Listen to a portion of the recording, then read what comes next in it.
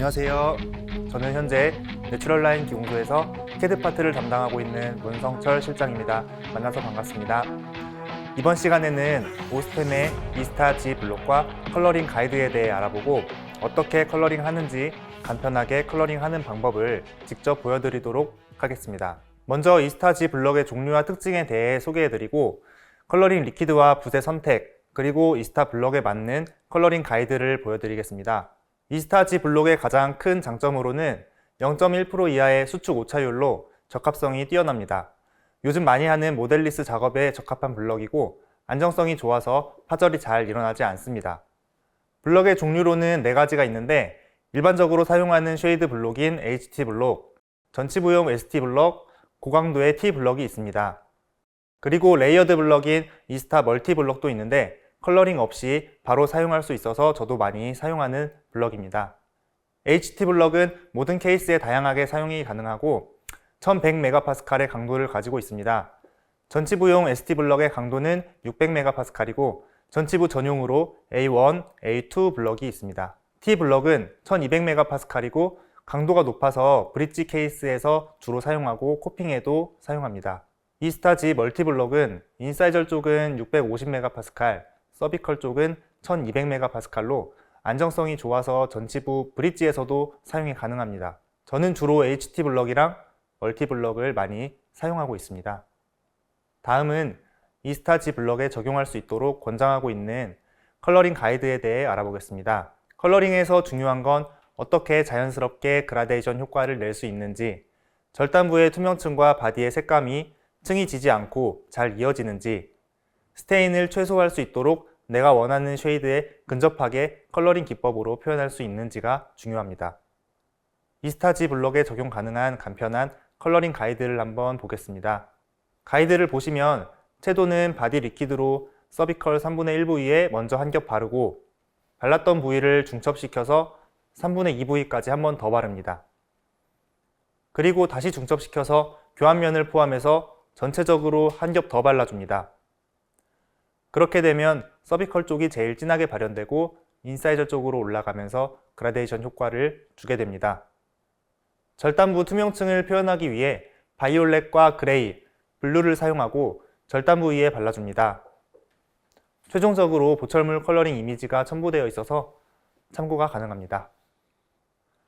컬러링 리퀴드 제조사마다 구성은 어느 정도 비슷하지만 그 색의 농도나 표현력은 제각각입니다. 그렇기 때문에 자신이 사용하는 제조사의 리퀴드가 어떤 색을 내는지 테스트도 필요하고 자신이 사용하는 붓이 어느 정도의 리퀴드를 머금을 수 있는지 확인하는 것도 중요합니다. 많이 사용하는 리퀴드인 지르코잔, 덴탈맥스, 쿠보텍 리퀴드를 사용해 보았고 리퀴드 종류는 바디 A2부터 A4까지 이펙트 리퀴드는 바이올렛, 블루, 그레이를 사용했습니다. 지르코잔의 경우 색상이 연하게 발현돼서 컬러링 방법은 가이드를 기준으로 하지만 가이드보다 붓터치의 횟수를 늘려주셔야 합니다. 쿠보텍의 경우에는 반대로 지르코잔이나 덴탈맥스보다 진하게 발현되기 때문에 가이드를 기준으로 하지만 붓에 머금는 리퀴드의 양을 줄여주셔야 합니다. 아니면 물에 희석시켜서 쓰는 방법도 있습니다. 이번 영상에서는 덴탈맥스 리퀴드를 사용하여 컬러링하는 것을 보여드릴 예정입니다. 사용 붓에 대해 알아보겠습니다. 브러쉬는 초보자의 경우 아쿠아 브러쉬를 권장하고 있습니다. 아쿠아 브러쉬는 2가지 타입이 있는데 넓적한 라지 팁 타입이 있고 얇은 디테일러 팁 타입이 있습니다. 라지 팁은 바디 리퀴드에 사용하고 디테일러 팁은 이펙트 리퀴드에 사용합니다. 아쿠아 브러쉬의 장점이라고 하면 발림성이 균일하고 브러쉬의 터치감이 안정적이기 때문에 작업자 간의 편차가 크지 않습니다. 푸시라고 써있는 부분을 스포이드처럼 눌러서 브러쉬 안에 리퀴드를 담고 사용할 때 일정량 눌러주면서 리퀴드의 점도를 맞춰주고 컬러링을 시작합니다. 전문가의 경우에는 허방에서 판매하는 미술용 붓을 사용하는데 술자의 브러쉬 테크닉이 보철물의 쉐이드에 많은 영향을 끼칩니다. 사용할 리퀴드를 팔레트에 덜어내고 브러쉬로 머금어서 사용하는데 터치를 한번 할 때마다 브러쉬가 머금는 리퀴드의 양이 그때그때 다르기 때문에 술자가 이 양을 섬세하게 조절할 수 있어야 합니다. 만약에 내가 사용하는 리퀴드가 쿠보텍 리퀴드처럼 진한 바디감을 주는 리퀴드인데 브러쉬 조절에 실패해서 진하게 발린다면 타겟한 쉐이드를 맞추기 어렵게 됩니다. 그럼에도 이 미술용 붓을 사용하는 이유는 아무래도 우리가 컬러링 작업을 할 때 한두 개만 컬러링 하는 게 아니라 많게는 수십 개씩 작업을 하기 때문에 미술용 붓을 이용하면 빠르게 작업할 수 있다는 큰 장점이 있어서 대부분의 사용자는 미술용 붓을 사용할 거라고 생각합니다. 그렇기 때문에 이번 시간에는 미술용 붓을 이용해서 컬러링을 하겠습니다. 일반적으로 주변에서 쉽게 구할 수 있는 붓으로 바디에는 10호 붓을, 이펙트에는 4호 붓을 사용하겠습니다. 그럼 설명드린 대로 이동해서 컬러링 작업을 진행해 보도록 하겠습니다. 밀링 장비를 활용해서 보철물을 제작한 모습입니다. 지금부터 커넥터를 제거하는 부분부터 간략히 설명드리겠습니다. 커넥터 제거 시에는 라운드 피셔바를 사용합니다. 그리고 커넥터를 다듬을 때는 지르용 카바이드 바를 사용하고요. 실리콘 폴리싱 바를 이용해서 표면을 부드럽게 정리합니다. 에어나 브러쉬로 내면 외면의 지르코니아 가루를 깔끔하게 제거해 줍니다.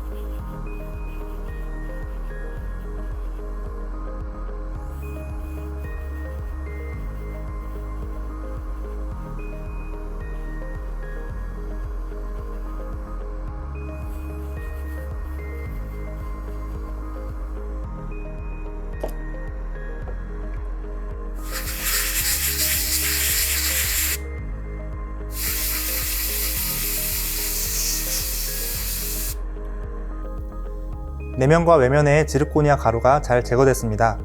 이제 컬러링을 진행해 보도록 하겠습니다. 가장 많이 사용하게 되는 A3 쉐이드를 만들어 보려고 합니다. 리퀴드는 덴탈맥스 리퀴드입니다. 먼저 가이드대로 바디 리퀴드를 바를 건데 투명층을 좀 더 강조하고 싶다면 이펙트 리퀴드를 먼저 바르는 것도 좋습니다.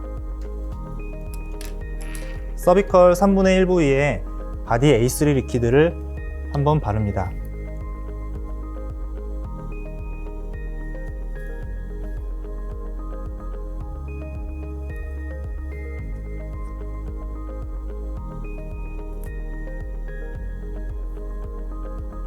서비컬에는 바른다는 느낌보다는 마진을 바른다는 느낌으로 발라줘야 합니다.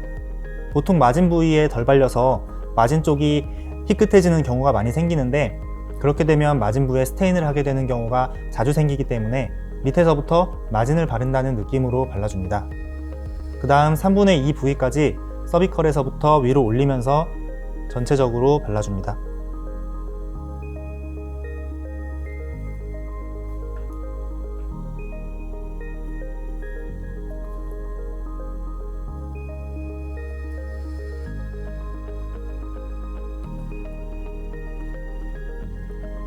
그리고 전체적으로 교환면을 포함해서 한 겹 더 발라줍니다.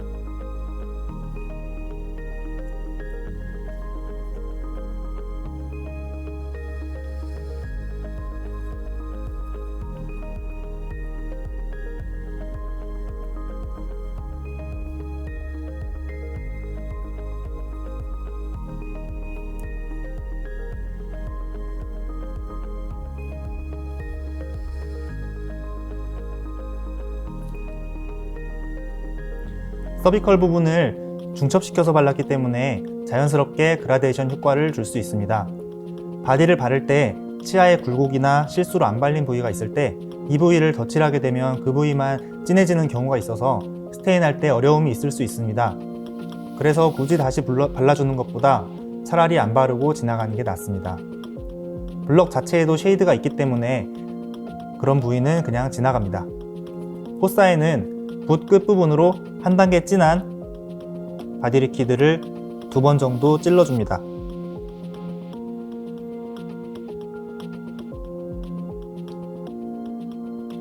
기호에 따라서 이펙트 리퀴드는 오렌지나 브라운을 쓰셔도 됩니다. 중요한 건 포사에 바르는 게 아니라 툭 찔러주는 건데, 리퀴드를 적당히 머금어서 이렇게 포사에만 찔러줘도 그루브의 굴곡 때문에 알아서 그루브로 은은하게 타고 흘러 들어갑니다. 포사가 아니라 그루브를 전체적으로 컬러링하는 경우도 봤는데, 그렇게 하면 자연스러움이 떨어지기 때문에 저는 별로 좋아하지 않습니다. 이제 이펙트 리퀴드를 바릅니다. 이펙트 리퀴드의 사용법은 쉐이드 관계없이 동일하게 해줍니다. 먼저 바이올렛을 세로로 중앙 부위까지 발라줍니다.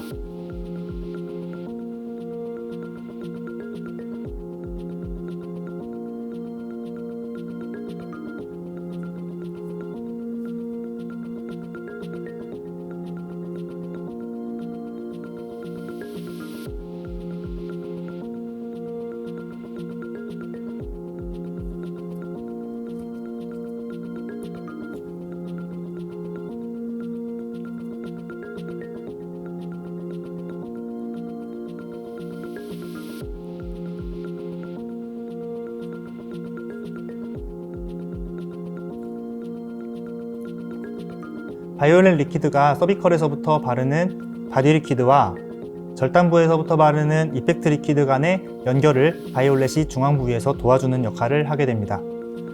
그 다음 블루를 바이올렛보다 약간 짧게 발라줍니다.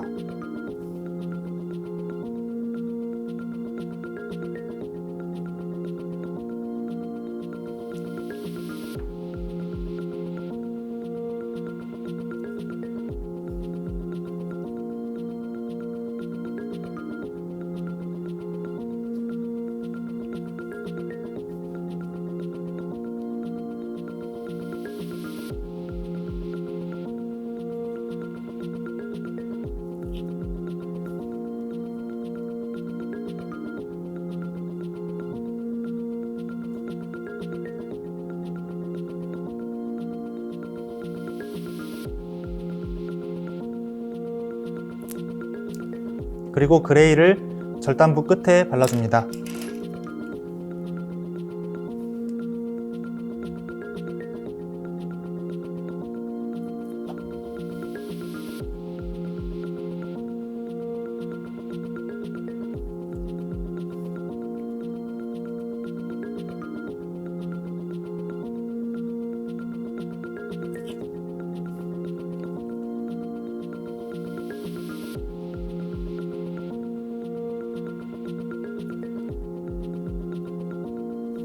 구치부에서 교환면에 바를 때는 그루브와 포사에 들어가지 않게 발라줍니다.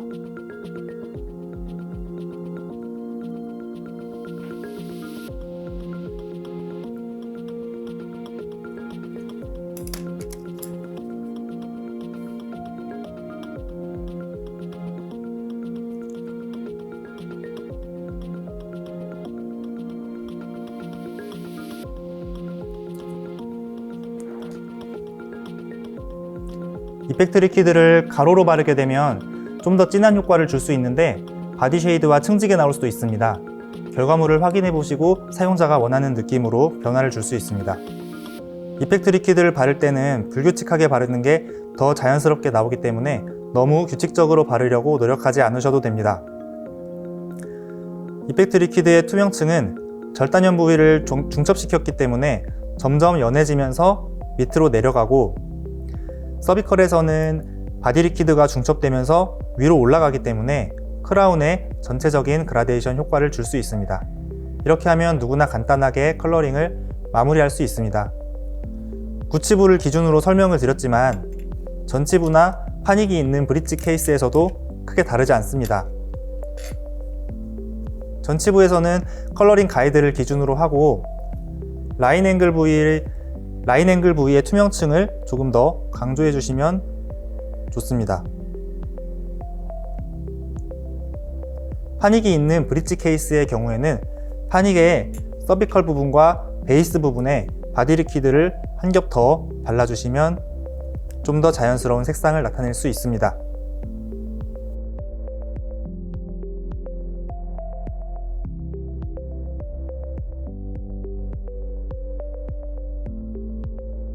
건조 시간은 신터링 퍼네스가 열선 타입이라면 10에서 15분, 그리고 온도는 보통 150도에서 180도 사이로 줍니다. 마이크로웨이브 타입이라면 건조 시간은 최소 30분, 건조 온도는 200도 이상으로 맞춰줍니다.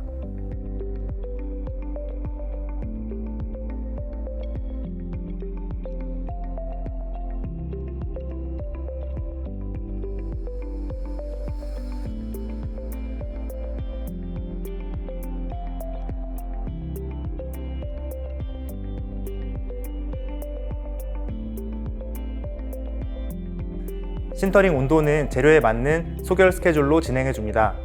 이번 컬러링 가이드를 진행한 HT 블럭의 경우 1530도입니다. 일반적으로 소결 온도는 투명도와 색감에 영향을 주는데 결과물을 확인하고 블럭과 장비의 상태에 맞게 유동적으로 온도를 조절해줍니다. 원하는 투명도가 나오지 않는다면 신터링 온도를 5에서 10도 정도 올려서 다시 한번 확인해 주시면 될 것 같습니다.